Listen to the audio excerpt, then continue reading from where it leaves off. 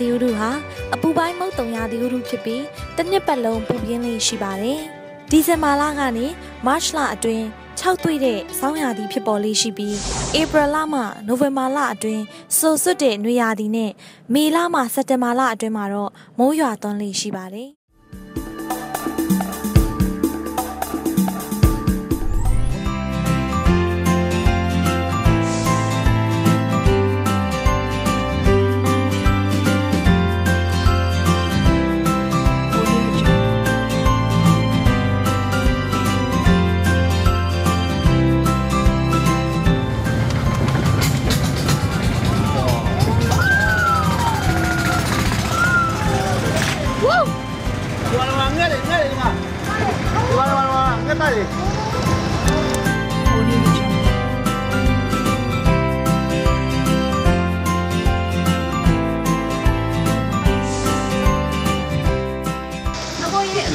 ရောက်ရှိနေတဲ့ဒီတိုင်းကျွန်တော်တို့ခေါ်လေးပြီ။ပုံမှန်ဂျုံကတိုက်လိုင်းဘလို့ခေါ်ပါလဲ။အော်အခုကမော်တော်ပြက်တန်နေကြနေရရဲ့။ဟုတ်ပါလေ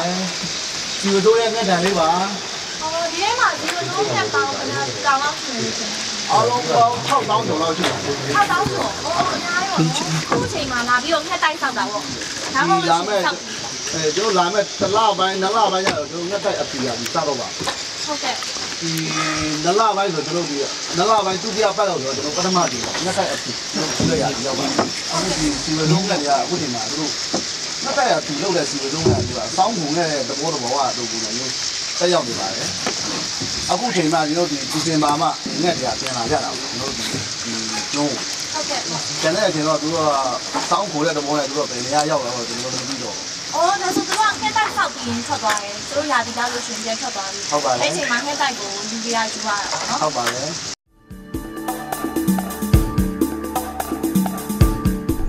ဒီလိုလေဒီကူရဲကိုငှက်တရားသူ့အတာသူဝင်လာပြီးတော့အတိုက်လောက်တာလားဟုတ်ပါလေဟုတ်သူရာဒီလိုက်ပေါ့ကျွန်တော်တို့ကတော့ဒီပထမချိန်ဟုတ်ငှက်တိုက်ရတော့ကျွန်တော်ဒီတစ်နှစ်မှာကျွန်တော်၄ချိန်ချုပ်ခူးတာပေါ့ဟုတ်ကဲ့ကျွန်တော်ပထမချိန်တော့ဒီ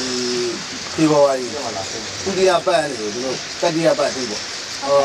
ကျွန်တော်ဒီစုကူရဲ့ကာလပေါ့အဲ့ဒီမှာကျွန်တော်ဒီတစ်တော်ဝင်ကြီးဌာနရဲ့ထပ်မှတ်ထားတဲ့စီကံဥပဒေတိုင်းပေါ့ကျွန်တော်အဲ့ဒါကိုတိုက်တာပြီးမှကျွန်တော်ဒီစုကူကစုကူရဲ့သူ့ရဲ့ဒီတားပေါက်တဲ့ချိန်တိုင်းမထိခိုက်အောင်ဒီဒီမဆုံးကအတိကလည်းမျိုးမတုံးတော့အောင်ပေါ့ကျွန်တော်ပုံနေတဲ့အတိကထားပြီးမှဆောင်ရွက်တာတော့ဒီအပိုင်းလေးတော့ပါပါတယ်ဟုတ်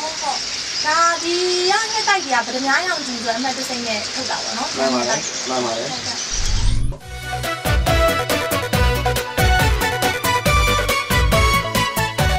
တိုင်းဒေသကြီးရဲ့တောင်ဘက်အစွန်ဆုံးမှာတည်ရှိတဲ့ကော့တောင်မြို့ဟာနေဆက်မြို့ဖြစ်တာနဲ့အညီအရှိတ်အိမ်ကြီးချင်းထိုင်းနိုင်ငံရဲ့ရနောင်းမြို့နဲ့ရင်းရင်ခရီးမိနစ်20ခန့်သာကွာဝေးပါတယ်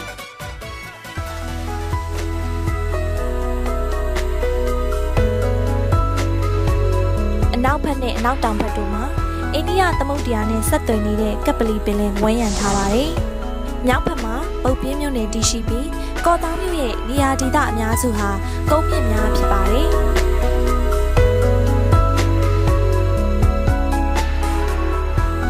ဒါဆိုလို့ရှိရင်ဒီငှက်တိုက်ကြီးကိုဘယ်လိုစုခူးကြလဲမသိဘူး။ဒီလိုအမြင့်လေးကိုဆိုလို့ရှိရင်ကျွန်တော်ညမ်းနေဆင်တယ်။ဟုတ်ကဲ့။ဒီဆိုင်ကျိုးတွေပေါ့ညမ်းနေဆိုင်ကျိုးတွေကျွန်တော်ဆင်မှကျွန်တော်စုခူးကြတယ်။ဟုတ်ကဲ့။အခုလာတဲ့ချိန်ကတော့ကျွန်တော်ဒီညမ်းနေ